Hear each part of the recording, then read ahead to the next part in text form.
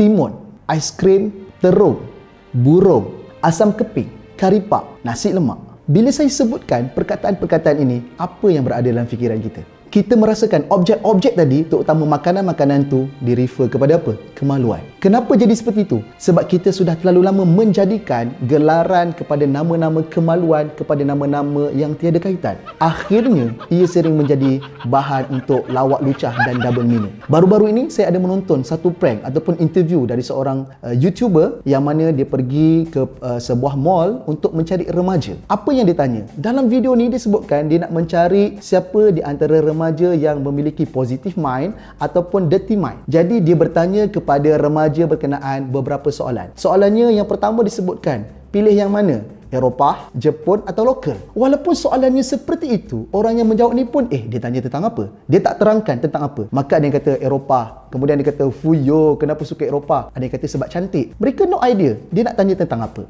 Dan kemudian soalan yang seterusnya, dia tanya, suka besar ke suka kecil? Cuba bayangkan dia bertanya pada seorang budak remaja lelaki, dia tanya pada remaja perempuan, pada pasangan yang couple, dan mereka ni sebenarnya macam serba salah nak menjawab. Dahlah tak diterangkan ini video untuk apa. Maka ada yang kata saya suka besar. Maka yang interviewer tadi pun dia gelak kuat-kuat, dia kata fuyo, suka besar. Nampak tak? Dan kemudian dia bertanya pula, suka panjang ke pendek? Astaghfirullahalazim. Dan kemudian dia bertanya, suka slow ke laju-laju? Maka bila orang kata slow dia gelak, bila orang kata laju-laju dia pun gelak juga. Dan yang terakhir dia tanya pula, suka buat terus ke ataupun cuci dulu? You bayangkan bila mana dia bertanya soalan-soalan ini kepada remaja yang belasan tahun, budak-budak ini pun sebenarnya serba salah untuk menjawab. Dan akhirnya dia bertanya kepada audiens, rasa-rasa saya sedang bercakap tentang apa? Lepas tu ada seorang lelaki ni jawab tentang seksual, maka dia gelak kuat-kuat. Dan akhirnya disebut, saya sebenarnya cerita tentang kereta. Cuba tuan-puan bayangkan, dia bertanya tentang besar ke kecil, panjang ke pendek. Dia bertanya tentang Eropah, Jepun ataupun lokal. Dia bertanya tentang slow-slow ataupun laju-laju. Dan akhirnya disebut, aku sebenarnya cerita tentang kereta. Nampak tak? Apa sebenarnya kesan kepada double meaning dan gelaran-gelaran seperti ini? Saya selalu mengulang tentang benda ni. Cuba bayangkan, kemaluan dipanggil sebagai batang. Ia menimbulkan satu masalah kepada guru di sekolah. Sebab tuan-puan, saya pernah berhadapan dengan seorang cikgu. Cikgu ni tak selesa bila menyampaikan topik sains ketika budak darjah 4 berkaitan dengan topik pembiakan. Cikgu bercerita tentang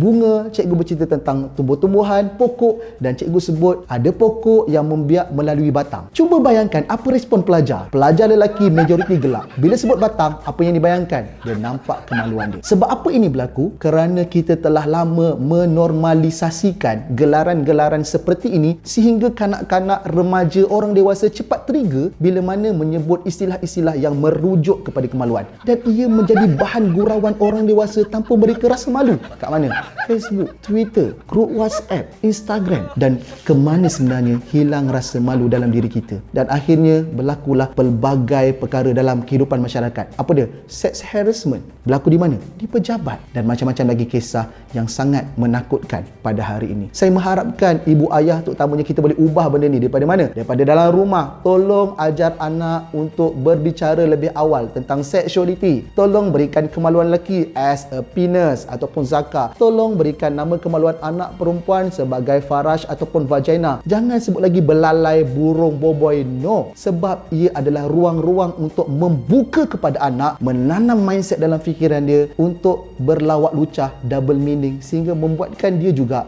antara mereka yang mungkin suatu hari nanti menjadikan ia sebagai bahan lawak-lawak lucah bersama dengan kawan-kawan.